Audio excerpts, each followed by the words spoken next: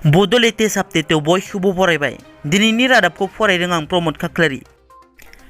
गिबि निउस दङ। भिक्टर दासखौ फोरोंगिरि बिबाननिफ्राय बोख्लायबाय। आसाम सरकारा भिक्टर दासनि हेंथायै गोख्रों एक्सन लादों। आसामनि सोलोंथाइ बिफाना टेट फोरोंगिरि भिक्टर दासखौ फोरोंगिरि बिबाननिफ्राय बोख्लायबाय। मख'नो गोनांदि जालांनाय आसामनि ग्रेड 3 आरो ग्रेड 4 साख्रिनि मुङाव गोबां बायनाय फाननाय सोलिगासिनो दं होनना टुइटारनि गेजेरजों टुइट खालामदोंमोन भिक्टर दासआ। बेनि फोरमानखौ भिक्टर दासआ आसाम पुलिसनो होनो हायैनि थाखाय थांनाय 9 सेप्तेम्बर खालाराव पुलिसआ खादोंमोन भिक्टर दासखौ। बिनि उनाव थांनाय 10 सेप्तेम्बर खालाराव गुवाहाटी गोजौ बिजिरसालिया भिक्टर दासनो जामिन होयो। जामिन होनायनि उनाव गुदि फरायसालिनि फोरोंगिरि भिक्टर दासखौ दिनै सोलोंथाइ बिफाना फोरोंगिरि बिबाननिफ्राय बोख्लायबाय। मख'नो गोनांदि भिक्टर दासआ टेट फोरोंगिरि जानानैबो टिउसन खालामनायनि थाखाय सोलोंथाइ बिफाना बिथांखौ फोरोंगिरि बिबाननिफ्राय बोख्लायबाय। क'क्राझार जिल्ला गसाइगावनि खासियाबारियाव हिमालयान बाइक खावनानै सासे सिखावा हमजादों। खासियाबारि बाजाराव थांनाय मोनायाव जिरेन बसुमतारी मुंनि सासे सुबुंनि हिमालयान बाइकखौ दोनथ'नायावनो साथाम सिखावा बाइकनि लकखौ सिफायनानै नारनानै लाङो। जिरेन बसुमतारीनि बाइकखौ सिखावफोरा नारनानै लांबाय थानाय समावनो गामिनि सुबुंफोरा नुसननानै साबकाटा पुलिसनो खौरां हरो आरो उनाव पुलिस आरो गामिनि रायजो राजाफोरा नागिरनानै हमनो हायो। लोगोसे सिनायजाखानाय सासे सिखाव अनजालु मोसाहारिखौ हमनो हायो। बे जाथायनि उनाव बाइकनि बिगोमा जिरेन बसुमतारीया साबकाटा पुलिस आउटपस्टआव एफआइआर होनायनि उनाव खारखोमानाय सिखावफोरखौ हमनो थाखाय पुलिसआ राहा लाबाय।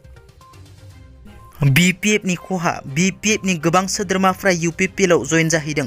मैया क'क्राझार जिल्लानि बनरगाव ब्लकनि सिङाव थानाय दुरामारियाव खुंनाय UPPLनि जयनिं हाबाफारियाव BPFनि सा 50 सोद्रोमाफ्रा UPPLआव जयेन जाफैयो। जयेन जाफैनाय सोद्रोमाफोरखौ UPPL दोलोआ बरायो। बे जयनिं हाबाफारियाव बनरगाव TCLCCनि मासिगिरि रबिराम ब्रह्म, क'क्राझार जिल्ला कमिटि UPPLनि गाहाय नेहाथारि सुरज मोसाहारि, बनरगाव ब्लक इनचार्ज अरुण बसुमतारी बिथांमोना नुजाथि दंमोन। BTCआव गोदान बिसायख'थि खुंनांगौ बे बाथ्राखौ बुंदों लकसभानि बारग' MP सानसुमा खुंगुर बैसोमुथियारि बिथाङा।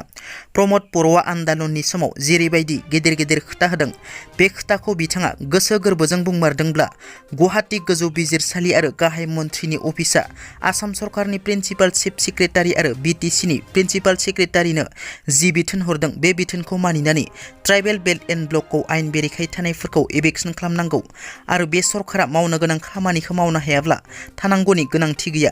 बिनिखायनो रायजो राजाफोरा बे सरकारखौ सिफायनायनि लाहार फाहार खालामनांगौ।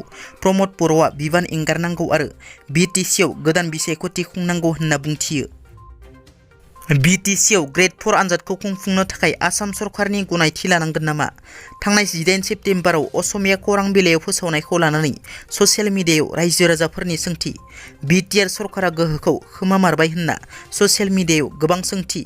मानोना खौरां बिलाइयाव फोसावनाय जादों दि ग्रेड 4 नि आनजादखौ खुंफुंनो थाखाय BTC सरकारा आसाम सरकारनि गनायथि लानांगोन होनना। थारैनो बे खौरां बिलाइयाव फोसावनाय बाथ्राया नंमारगौ नामा? बिनि सायाव BTR सरकारा दासिमबो जेबो फिनजाथाय होथ'वाखै। दिनैनि रादाबा एसेनोसै। नोंथांमोना जुदि आंनि चेनेलखौ दासिमबो साबस्क्राइब खालामाखै अन्नानै साबस्क्राइब खालाम। गोजोन्थों।